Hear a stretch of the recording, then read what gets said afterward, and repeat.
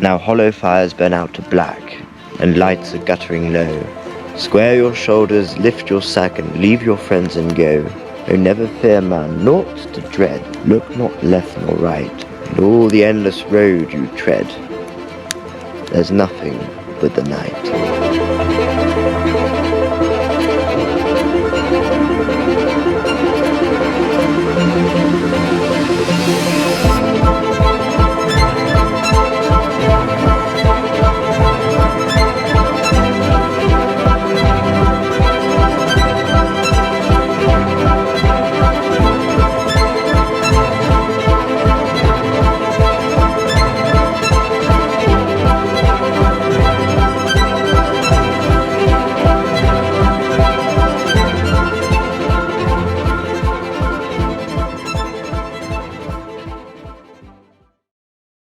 Yesterday I received my typeset manuscript for my book, and I have to print it off and proofread it and then send the proof back to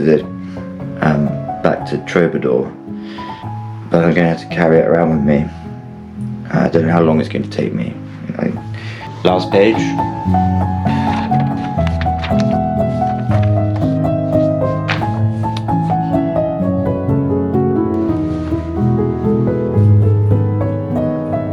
My time here with the gardening family is coming to an end.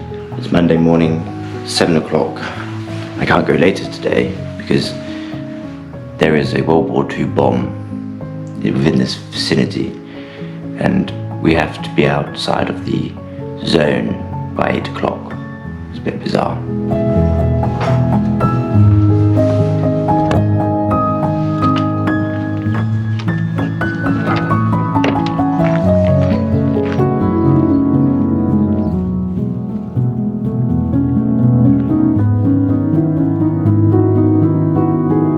Long summer, where I spent about 5 days with a lovely family. They like to drink wine, and gosh, they're so French. They eat good food, and they always have friends over. So it was a great joy for me to share in that. But now, today, I go to Bayeux.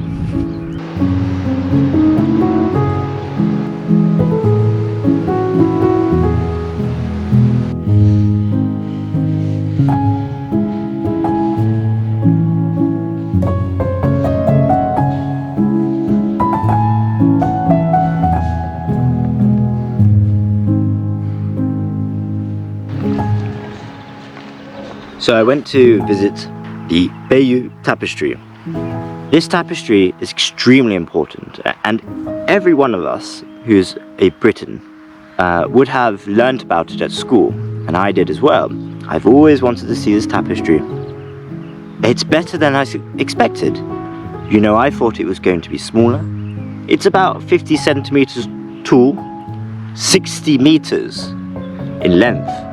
What do I think about its artistic quality? You know, I always thought it was a bit cartoonish and childish, but given the time it was made, 1,000 years ago, with the technology they had, the methods they had to make these things, it's brilliant. But its quality relies less on the way the weaves have been made with the wool that creates the colors or the helmets or whatnot.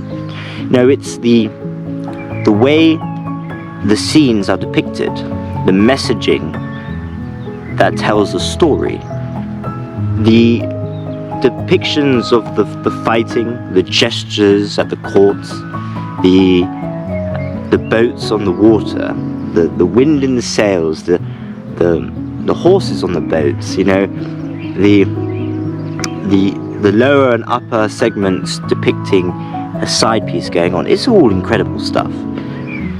Anyway, I find it very interesting, and the tapestry is gorgeous. The colours are much better in person than on picture, trust me they are.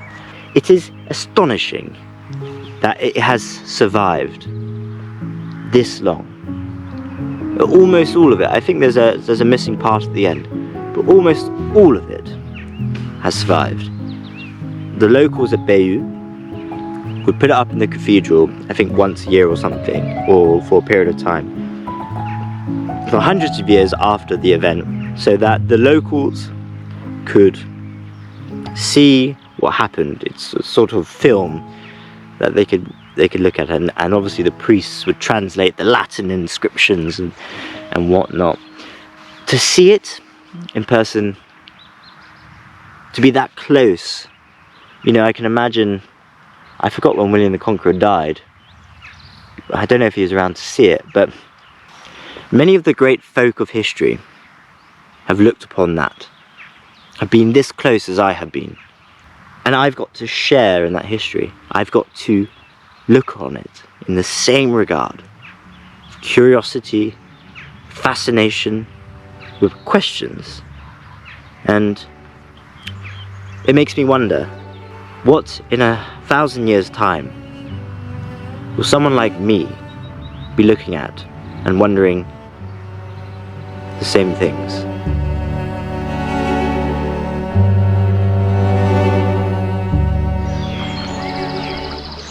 Seven o'clock, and at the confluence of two little rivers. Seems like a nice place to camp. Not even ground, but I can figure it out.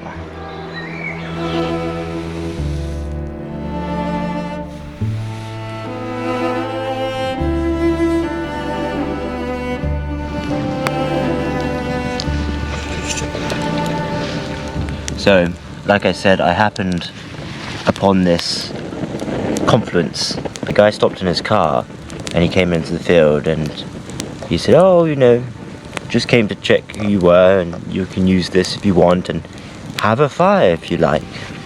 And so that's what I'm having, a fire. My first camping fire under the stars. Truly vagabonding, truly tramping, I think I am. You know, having a fire whilst walking across the country and between the villages. It's quite something special and really marks a moment, I think. It's been a month since I set out. What a way to basically mark it. And he gave me some goodies. I got some Calvados. There's a lot of Calvados, which I'm going to put in this. He gave me a Coca-Cola, some crisps, and some tuna and pate and things like that. So very, very, very kind of him. This, I'm going into a primordial stage tonight. I'm going to look at the fire. I'm going to nurse it. I'm going to look after it like my baby. I'm going to keep the logs parallel so they burn slower. And I've got some big logs as well over here. See, I've set everything up. I don't know if you can see that. All the stuff over here. So the sound of the fire, the sound of the river. Oh, I saw a I think it was an otter jump in the water earlier. It was frightened of me. Didn't expect me to be here.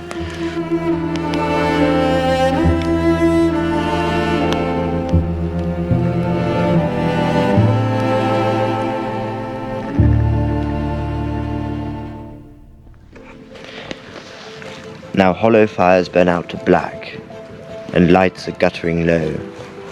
Square your shoulders, lift your sack, and leave your friends and go. Oh, never fear, man, naught to dread. Look not left nor right.